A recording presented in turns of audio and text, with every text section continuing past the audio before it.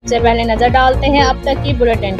Sindh colony मोरो के राशि मिस्किन जायद सोलंकी का मकान हालिया बारिशों में गिर गया। जायद सोलंकी और उनके बच्चे सारी रात खुले आसमान तले जागते रहे। जायद सोलंकी बारिश बेशक अल्लाह की बहुत बड़ी रहमत है, लेकिन मुसलसल बारिश और बहुत ज्यादा पानी की वजह से मेरा घर गिर गया है। उनका मजीद कहना था कि मैं रोजाना शाम को रोड पर ओजरी बनाकर बेचता हूँ और उसी से अपने घर का गुजर सफर करता हूँ। अपने बच्चों और अपनी बेवा माँ का ख्याल भी रखता हूँ। मैं डिप्टी कमिश्नर नौशेर फेरोज ताशफीकीन आलम, मुंतखब नुमाइंदों और बिलखुसूस मखीर हजरात से अपील करता हूँ कि मेरी मदद करें ताकि मैं अपने बच्चों का घर दोबारा तामीर कर सकूँ। मदद चाहे वो सामान की सूरत में हो या नकद रोक रकम।